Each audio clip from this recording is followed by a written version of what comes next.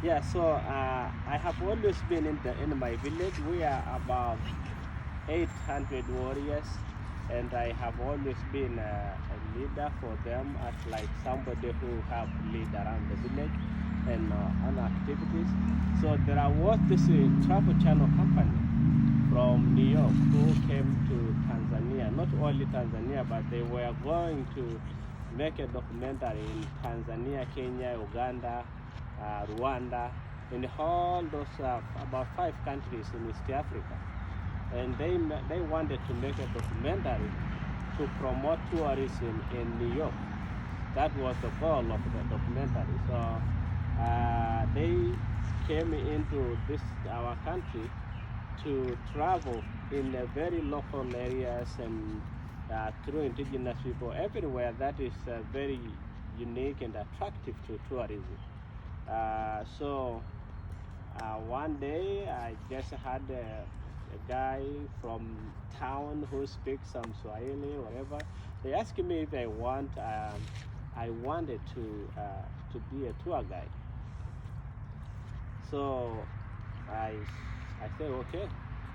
So but like they say as like this is a job we Tanzanian are responsible to do because it's requested by the president of Tanzania that this guy should be allowed and will come to work anywhere in Tanzania to make this documentary happen for the benefit of the country.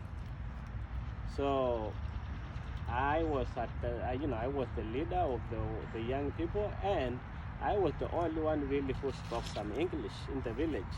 So it happened that I am the only one who's able really to communicate a little bit with anybody with this travel group. Who if they want to ask any question in English, I can speak some. So I agreed. For short story, I got to go. I agreed, so they said, these guys are coming Monday, so we will come pick you up, and we go to the airport. Well, I don't know really the airport. I don't know where I never really been into the city much. So I really been like a small city, like from my village to a small city where that small city, you take another bus to go to Arusha, which is a big city. So I know that small city, but I don't know further. So the plane, we always see them going above in the air, but we never really seen in real life. So this guy was the only thing that I agree. He said that if you go to, you be part of this project, the president will come to your village. And if the president comes to your village, imagine how many people will benefit from your village. So I'm like, that is a great opportunity. So we came on Sunday. We stayed in Arusha. We went to 7 o'clock. We went to a small airport in Arusha. And really, these guys, my tribe is one of the least educated tribe in Africa. We don't really interact with other people or people from outside. So the people from city have a very high stereotype about us. So when they know others Maasai. So if they meet me, like the name Mzungu, they just say Maasai. They just say Maasai. Yeah. So even if they know my name, they just call me Maasai. And Maasai is the name of the tribe. It's not my name. It's the name of the whole tribe. So that kind of stereotype is people thinking about what we look like, how we are in their mind. So when they think lion, they think we are like lion. We are dangerous like lion. We are dangerous like anything they can think of. So the stereotype is like, these guys are just people who live in the bush. They don't know, they just care about their cows and that's it. And they don't like people from outside. So when they took me in, I spoke some English, but I don't read or write. So pretty much I know how are you, good, what's your name, very simple, So they took me into the airport. And when they took me to the airport, it's literally like as big as before, like the helicopter, the plane will land like over there, as much I can see. So they leave me here, and like there are also at least about 45 people, but professional people. There was like professors, anthropology, archaeology. That's like any historian you can think of, from the highest university in Tanzania, Dar es Salaam. So these guys has to line up. So when these white people come out of the plane, what? So when these guys come out, this guy from New York, they have like to be introduced. So they walk in between these two lines, and then the Ministry of Tourism in Tanzania will be introducing this guy to who are these professors, who are they, what they are specialized on, and then out of the line, they told me to stand like over there. So if somebody stand all the way there, they will see me like all the way there. Some Maasai guy, young boy, just standing over there. So I cannot hear whatever going on over there. All they just stand. I'm standing with my stick and just stand there. So this all I can tell at that moment is that this guy walked out, and just like the Ministry of Tourism starting to introduce about maybe 4 guys, and then I see him like pointing at me, and the next thing I know, he just walks way down. So anybody who do like it, just like that's it, he doesn't care. He just like coming straight to me, and then I'm like, oh, okay, this is weird.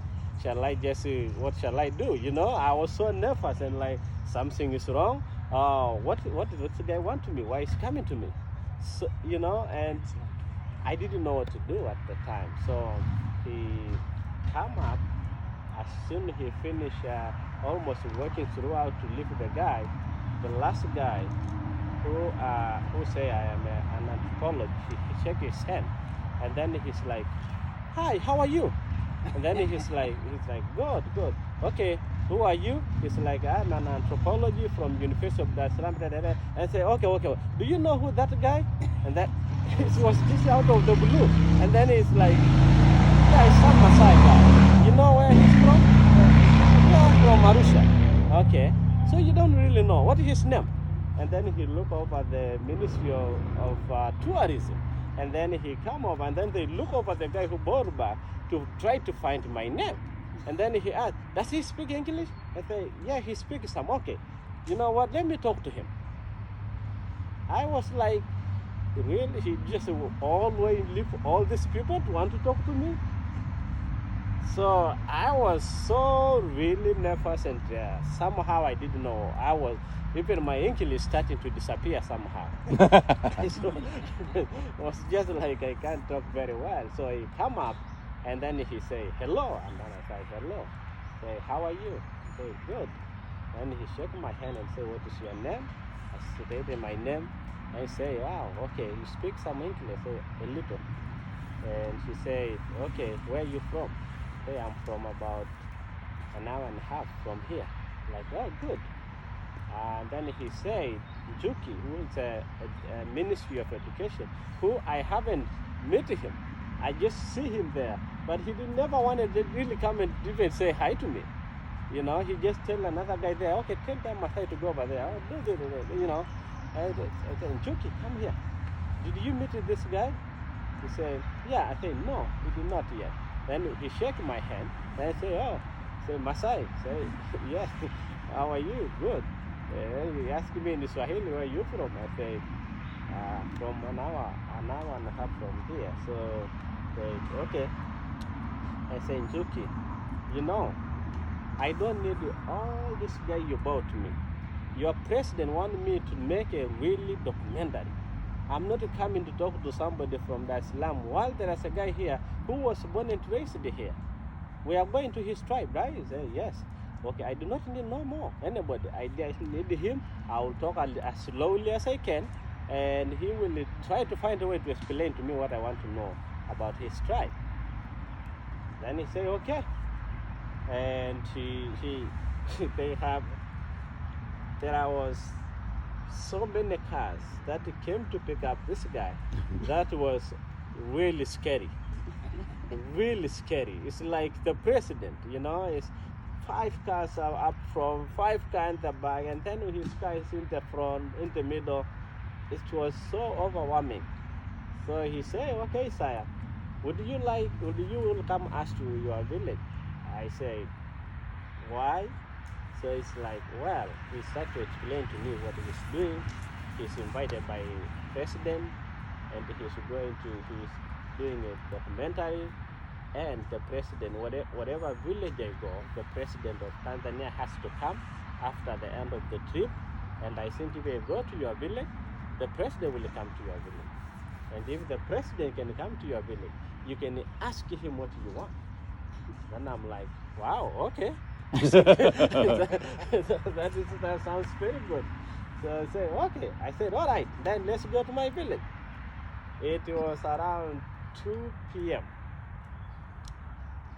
We drove over to my village, and it was somehow a disaster because people never seen that many cars. So people were really running over to my boma, thinking that maybe, the people from town were being painted. It's like a war coming into our village or something. so people really running on warriors, and they think like it's really something.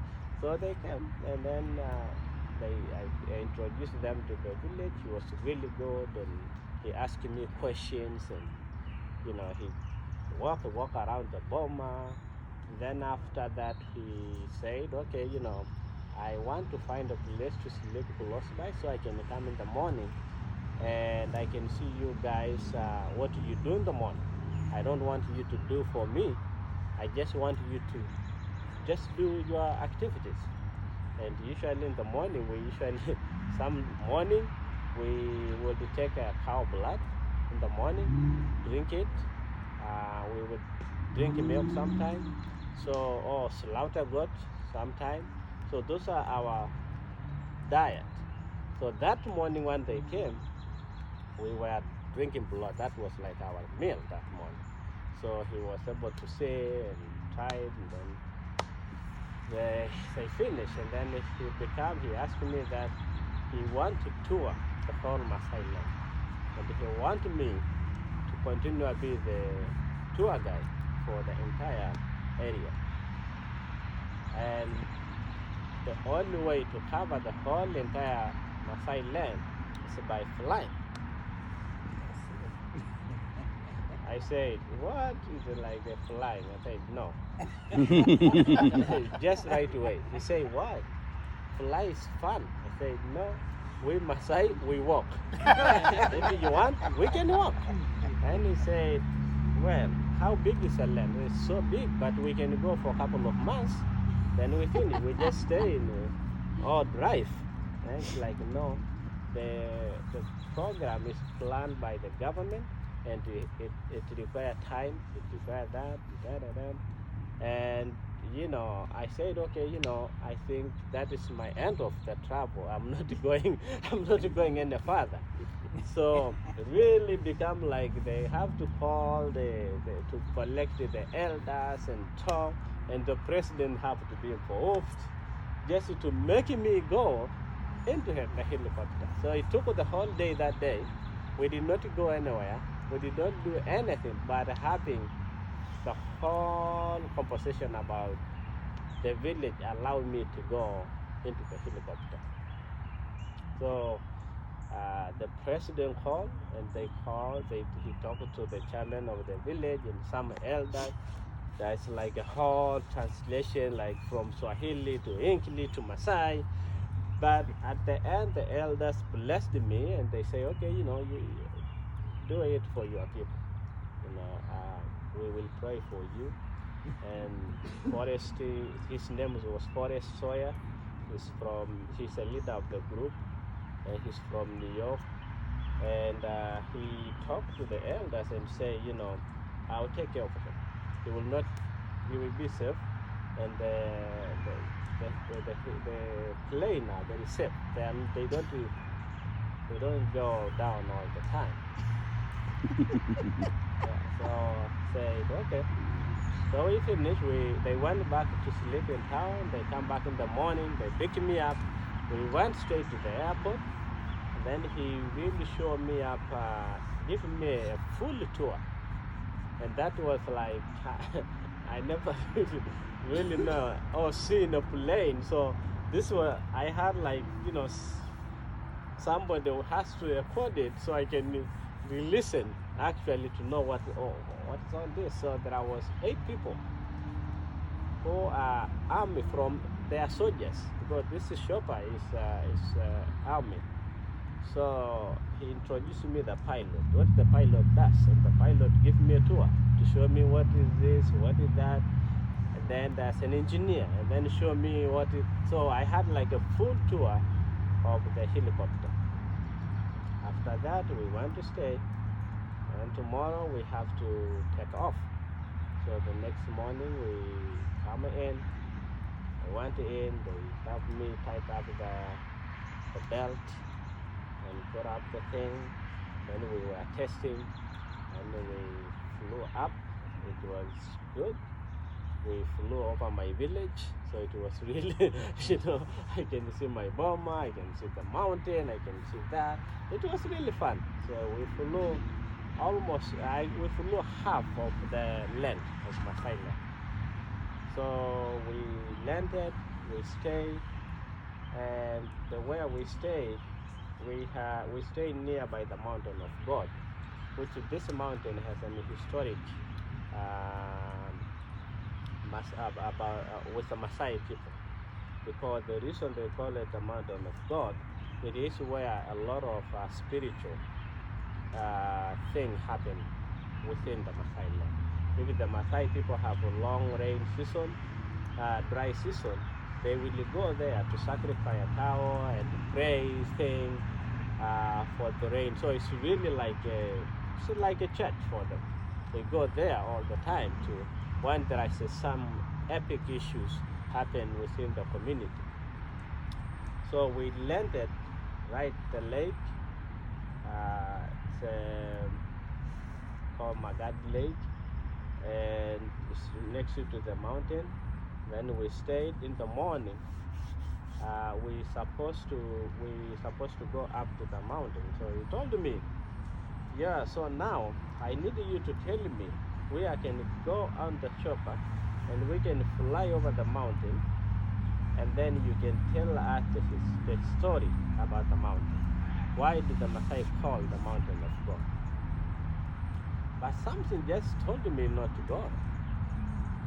It took me like 20 minutes to actually make a decision to go up to this mountain.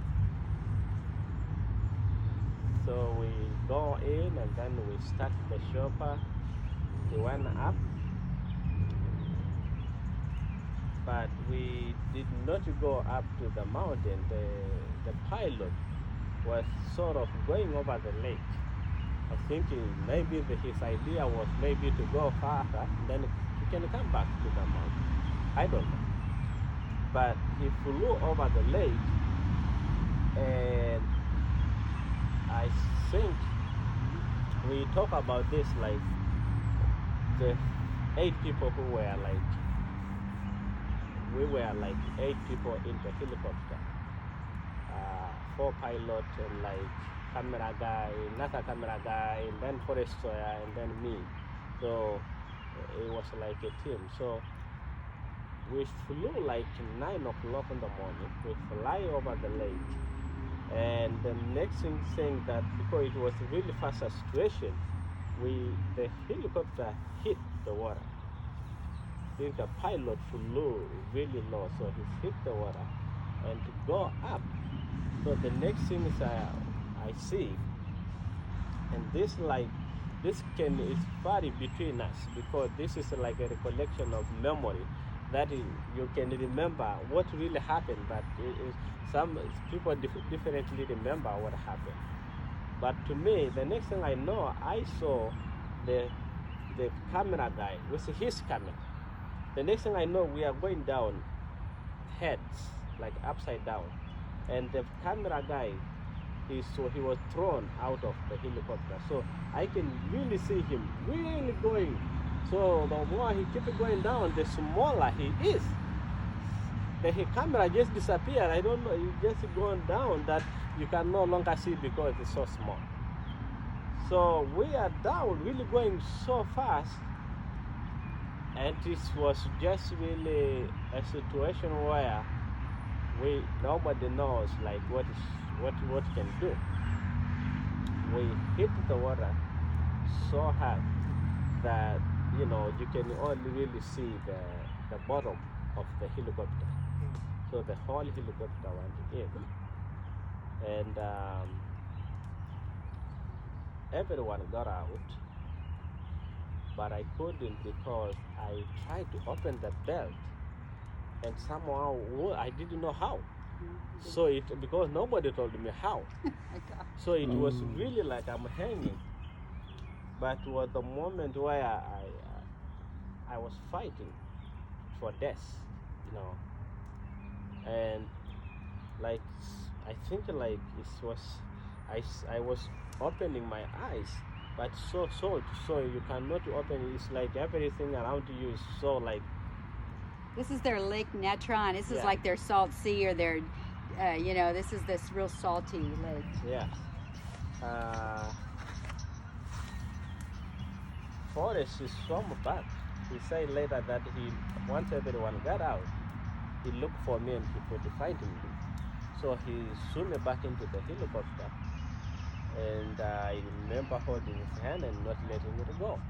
So he opened my belt and took me out, and the second he took me out, the helicopter exploded.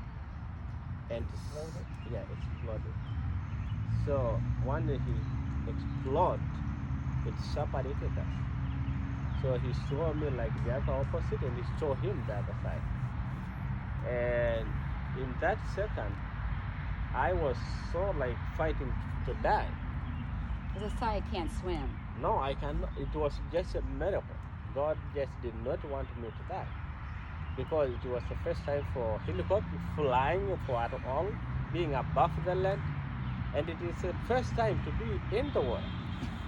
So really none of those was like anything I can do about it. So the next thing I know, that I'm fighting to death, and this thing, I open my eyes and the water is right here, so I breathe through my nose. And then I open my eyes and I saw this mountain of God. And the first thing I saw, I said in my mind, thank you, God. The mountain of God, you are so beautiful. And I just like for a second, the world looked so beautiful. I appreciate it so much, and I saw it differently. And you have no idea, I grew up there my entire life. I never gone anywhere. I see this mountain every day. I've been there almost, it's like part of my life. But that day, I saw the world in different angle. I saw how this was the most beautiful thing. It's like I was blind, and I saw for the first time.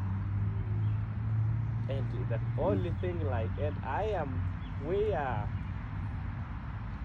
we believe in God, but we don't believe in God as like people when they say I am a Christian. We believe in God as our way of tradition, the way we've been taught. So we just know that as God, and we pray for God. But because we don't read, we don't have Bibles, we don't have pastors, preachers, we don't have anyone. It's just like a knowledge that is passed down from our elders. And the first thing I said is, I'm like, thank you, God. So once I just, for a second, that moment I felt like it was like I was born again.